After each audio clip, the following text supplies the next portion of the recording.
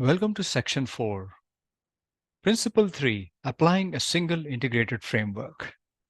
Earlier, we had covered Principle 3 very briefly. It was mainly about COBIT 5's alignment with other relevant standards and frameworks at a high level so that COBIT 5 becomes the overarching framework for the governance and management of enterprise IT, meaning COBIT 5 is the umbrella framework under which you could use and apply other frameworks, standards, such as service management, ISO, and others, as we will see now in more detail further.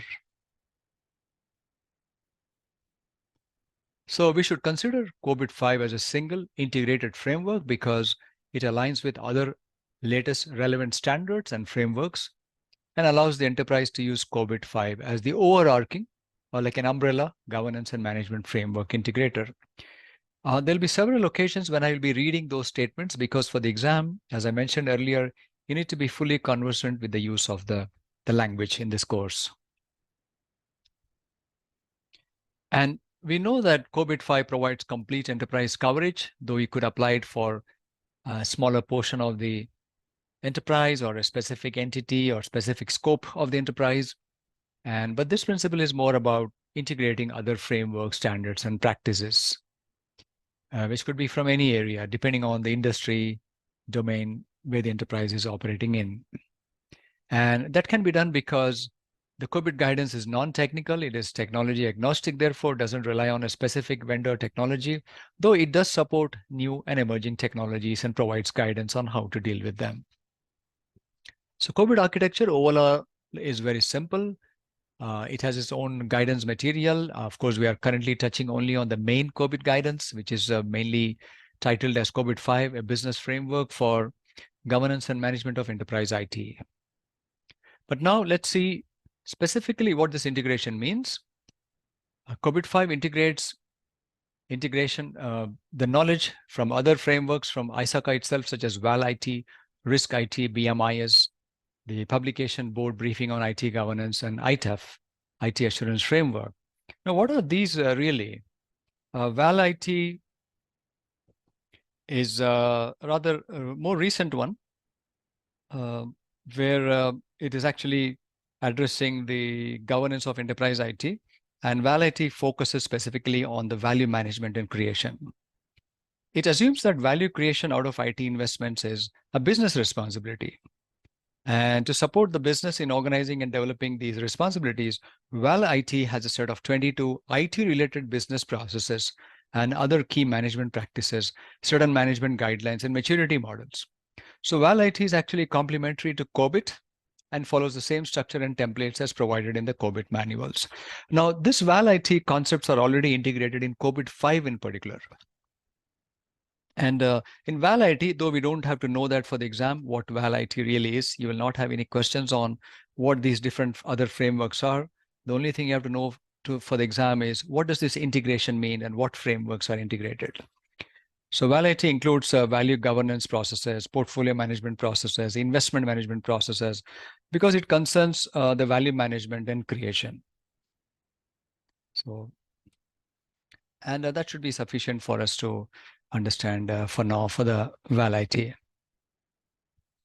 Then we also have this risk IT. Risk IT is about managing risk and opportunity. So the risk IT frameworks offers guidelines and practices that facilitate optimization of risk, including opportunities, the positive risks, that is, security and business value, and helps practitioners to build consensus regarding risk IT decisions at all enterprise levels. And there's a companion publication for the risk IT. It's called the Risk IT Practitioner Guide. And it gives practical guidance on how to accomplish the activities described in the another publication, Risk IT Framework. So the main publication is the Risk IT Framework, and it is supported by the Risk IT Practitioner Guide. Then we also have the BMIS. BMIS is a business model for information security. So it's just another methodology or a framework from ISACA. Then there's also another publication, the board briefing on IT governance, which is an ISACA sort of an article publication.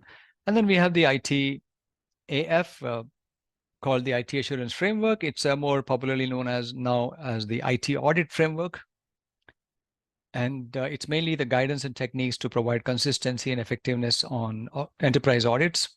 It provides standards and best practices aligned with the sequence of the audit process, such as risk assessment, risk planning, and audit fieldwork, and guides enterprises in assessing the operational effectiveness of an enterprise and ensuring compliance from a risk perspective.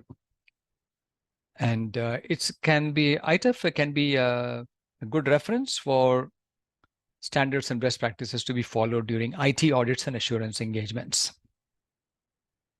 So COBIT 5 integrates all this knowledge.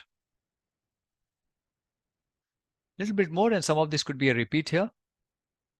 COBIT 5, we have to acknowledge that it provides most complete and up-to-date guidance on governance and management of enterprise IT. And therefore, it continues to research any other new standards that are coming up and integrates them with COBIT 5 and possibly in the newer versions. So for example, COBIT 2019, which is more recent, after COBIT 5, that includes many other standards integration. We already discussed the integration of the ISACA guidance, such as VAL IT, Risk IT, BMIS. VAL IT, by the way, 2.0 is the one integrated into COBIT 5. COBIT 5 also integrates the older COBIT, the COBIT 4.1. And we will also see afterwards a little bit about differences between 4.1 and 5. There are some enhancements to 4.1, especially on the process modeling front. And COBIT, as I mentioned, COBIT 5 and 2019 or whatever in the future, it will be continue to be elaborated and updated so that the most recent guidance is available and up-to-date guidance is available. We also see here alignment to other standards and frameworks such as ITIL, TOGAF, ISO, and others. ITIL, you might know, it's a IT service management framework standard from PeopleCert now, previously with Axelos, and before that, the British government called the Cabinet Office. Then TOGAF, it's from the Open Group. It's a proven enterprise architecture methodology and framework. It's definitely used by the world's leading organizations to improve business efficiency. It's an enterprise architecture standard, not necessarily only technical architecture, but enterprise architecture, which has other things apart from technical architecture. And it ensures consistent standards, methods, and communication among enterprise architecture professionals so that they can conduct the enterprise architecture work in a better way. So it has, like, for example, an iterative process model supported by best practices, a reusable set of existing architecture assets, methods and tools for the planning, development, implementation, and maintenance of an enterprise architecture. And the integration is also along with the governance and management enablers. There are 7 such enablers in COBIT 5 we have seen earlier. We'll get into more detail on that in another principle shortly. And these provide a structure for all guidance material, meaning they help to achieve the governance objectives of COBIT 5. And COBIT 5 has a knowledge base that will continue to be populated with all possible guidance, potential guidance, which are current and also in the future. So it becomes a comprehensive reference base of good practices, COBIT 5 that is. So this picture clarifies it. So we have the integration into COBIT 5, the following existing ISACA guidance that we noted, such as COBIT, COBIT 4.1, then we have VAL IT, Risk IT, BMIS, and then the publication that we noted, board briefing on IT governance, all that. And then any new things coming from ISACA will also get integrated into COBIT 5 as well. They are already in it. And any other standards and frameworks that we noted, such as TOGAF, ITIL, ISO, etc., will also be. It doesn't mean that those standards are explained in COBIT 5, but COBIT 5 works well with all those standards. It aligns, that is. So all these are part of the COBIT 5 knowledge base, and it is continuing to be enhanced for future content. COBIT 5 enablers are also closely related to the integrated framework. There are 7 enablers that we'll see in another principle afterwards. And based on this complete knowledge base of COBIT-5, several publications have been out from ISACA. And we have seen that at the very beginning of this course, we have in the COBIT-5 product family, we have the COBIT-5 reference, which is mainly the business framework for the governance and management of enterprise IT, that publication. Then there are enabler guides, 7 enabler guides. Then there are professional guides such as implementation guide and so on. And then there's an online collaborative environment available for professionals to collaborate on COBIT-5.